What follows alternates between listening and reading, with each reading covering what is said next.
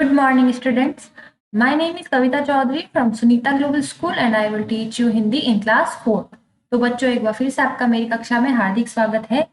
आज की क्लास में हम आपकी हिंदी की किताब से पाठ 13 यात्रा जो पूरी ना हो सकी इस पाठ के प्रश्न उत्तर करेंगे।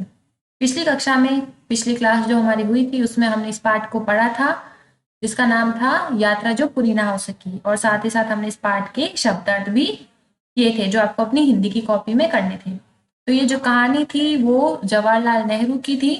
ठीक है, वो एक बार कश्मीर जाते हैं। ठीक है, तो वो क्या बताते हैं, अपनी यात्रा का जो अनुभव है उसके बारे में बताते हैं। तो उनके साथ एक ऐसी घटना होती है जिससे उनका दिल दहल जाता है, यानी वो डर जाते हैं। और वो घटना क्या होती है कि अमरनाथ की गुफा की तरफ जाते समय जो बीच में पहाड़ आते हैं, पहाड़ियां, उनके अंदर दरार होती है। बर्फ गिरने से क्या होता है, वो दरारें जो होती है वो बर्फ से ढक जाती है और क्या होता है, उस दरार पर जो है पंडित जी का क्या आ जाता है, पैर आ जाता है, पंडित जवाहरलाल नेहरू का। तो वो उसके अंदर गिरते गिरते बचते हैं। उसके बाद वो और उनके बाकी जो साथी होते हैं, जैसे उनका चचेरा भाई जो उनके साथ था, वो अमरनाथ की गुफा के दर्शन के लिए नहीं जाते हैं और वापस अपने घर की ओर लौट जाते हैं। इसलिए इस कहानी का नाम क्या है, यात्रा जो पूरी ना हो सकी। यानी जिस मकसद के लिए गए थे, अमरनाथ की गुफा देखने के लिए, उसके दर्शन करने के लिए, वो चीज तो हुई नहीं। इसलिए उन्होंने इसका शीर्षक क्या लिखा है, यात्रा जो पूरी ना हो सकी। क्योंकि यात्रा की पर जिस काम के लिए गए थे वो काम वो नहीं कर पाए। और साथ ही साथ हमने इस पाठ के शब्दार्थ भी किए। तो शब्दार्थ कौन कौन से थे देख लेते एक बार फिर से। चचेरा भाई यानी चाचा का बेटा। ठीक है, मैं आपको जो कॉपी का वर्क था उसमें से बता देती हूँ, साथ ही साथ आपको पता चल जाएगा किस तरह से आपको काम करना था। नए पेज से कक्षा कार्य लिखना था, पाठ 13 यात्रा जो पूरी ना हो सकी। फिर शब्दार्थ चचेरा भाई यानी चाचा का बेटा। उसके बाद हफ्ता, हफ्ता का अर्थ होता है सप्ताह। तीसरे नंबर पर है हिम, हिम का अर्थ होता है बर्फ। चौथा है जोश, जोश का अर्थ होता है उत्साह। पांचवा है गडरिया, गडरिया का अर्थ होता है भेड़ बकरियां चराने वाला। छठा है बोझ, बोझ का अर्थ होता है वजन। उसके बाद सातवां नंबर पर है रपटीली, रपटीली का अर्थ होता है फिसलन वाली। आठवें नंबर पर शब्द है तादाद, तादाद का अर्थ होता है संख्या। और 9वें नंबर पर है हताश, हताश यानी कि निराश। तो ये शब्द थे, आशा करूंगी कि आपने अपनी कॉपी में कर लिए होंगे। अब बात कर लेते हैं इस पाठ के जो प्रश्न उत्तर है उनके बारे में। तो देखो, प्रश्न एक, पाठ को समझे। इसका प्रश्न एक, प्रश्न एक है उचित विकल्प पर राइट का निशान लगाओ। क्या करना है, उचित विकल्प पर राइट का निशान लगाना है। क है नेहरू जी ने अपने विवाह के पश्चात कुछ महीने कहाँ बिताए, नैनीताल, कश्मीर या फिर मसूरी। तो हमने पढ़ा था कि वो कश्मीर में, ठीक है, 1916 में अपनी शादी के बाद कहाँ पे, कश्मीर में कुछ महीने उन्होंने बिताए थे। तो यहाँ सही उत्तर हो जाएगा कश्मीर। उसके बाद ख है सरोवर को पार कर गुफा तक जाने का रास्ता लगभग कितने मील था। ठीक है, उनको बताया था कि सरोवर को पार करना है और पार करके गुफा की तरफ जाने का जो रास्ता है वो उनको बताया था कि कितने मील का था, 1.5 मील का, 2.5 मील का या फिर आधा मील का। तो उन्होंने पाठ में बताया था कि आधा मील का जो रास्ता है वो हमें पार करना था। तो इसका सही उत्तर हो जाएगा आधा मील। उसके बाद ग प्रश्न है नेहरू जी किसके साथ पहाड़ों में घूमते रहे, चचेरे भाई के साथ, ममेरे भाई के साथ या फिर मौसेरे भाई के साथ। ठीक है, तो चचेरा चचेरा भाई यानी चाचा का बेटा, ममेरे भाई यानी मामा का बेटा और मौसेरे भाई यानी मासी का बेटा। तो वो पहले पार्ट में बता देते हैं कि मैं अपने चचेरे भाई के साथ घूमा था। तो इसका सही उत्तर हो जाएगा चचेरे भाई। ठीक है, ये प्रश्न तो हमने देख लिया। अब इनको कॉपी में किस तरह से करना है वो मैं आपको समझा देती हूँ। तो देखो, आपको क्या करना है, शब्दार्थ होने के बाद नए लाइन से या नए पेज से कक्षा कार्य लिखना है। क्या लिखना है, कक्षा कार्य। तो देखो, पाठ को समझे। प्रश्न एक, उचित विकल्प पर राइट का निशान लगाओ।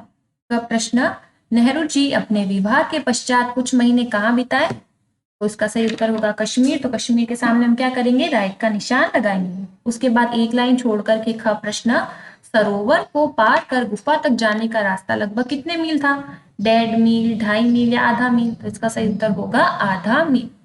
उसके बाद एक लाइन छोड़ करके प्रश्न ग, नेहरू जी किसके साथ पहाड़ों में घूमते रहे? चचेरे भाई के साथ, ममेरे भाई के साथ या मौसेरे भाई के साथ?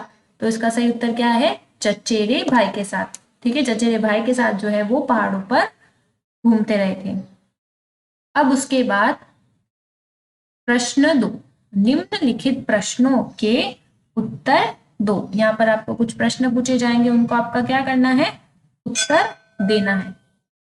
मौखिक प्रश्न का प्रश्न है, मटायन से अमरनाथ की गुफा कितने मील दूर थी? ठीक है बच्चों, प्रश्न क्या पूछा गया है कि जो मट्टायन है वहां से अमरनाथ की जो गुफा थी वो कितने मील दूर थी? तो हम उत्तर लिखेंगे, मट्टायन से अमरनाथ की गुफा 8 मील दूर थी। कितने मील? 8 मील। 8 मील की दूरी पर थी। ठीक है, 8 मील की दूरी पर जो है अमरनाथ की गुफा थी। कहां से? मट्टायन से। उसके बाद प्रश्न ख, रास्ता दिखाने के लिए नेहरू जी के साथ कौन था? यानी जब वो जा रहे थे ना,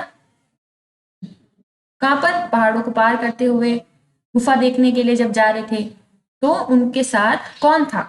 तो हम लिखेंगे कि रास्ता दिखाने के लिए नेहरू जी के साथ एक स्थानीय गडरिया था। कौन था? वहीं का रहने वाला एक गडरिया था। उसके बाद ग प्रश्न, ग प्रश्न क्या है? नेहरू जी के दल ने बर्फीली नदियों को कैसे पार किया? यानी जो नेहरू जी थे उनके साथ उनका जो ग्रुप था, ग्रुप यानी दल, उन्होंने जो बर्फीली नदियां थी जो कि चिकनी हो गई थी उनको कैसे पार किया? तो हम लिखेंगे कि नेहरू जी के दल ने रस्सियों की सांकल से एक दूसरे को बांधकर बर्फीली नदियों को पार किया। ठीक है, एक दूसरे को क्या कर लिया था उन्होंने? सांकल से बांध करके बर्फीली नदियों को पार किया था।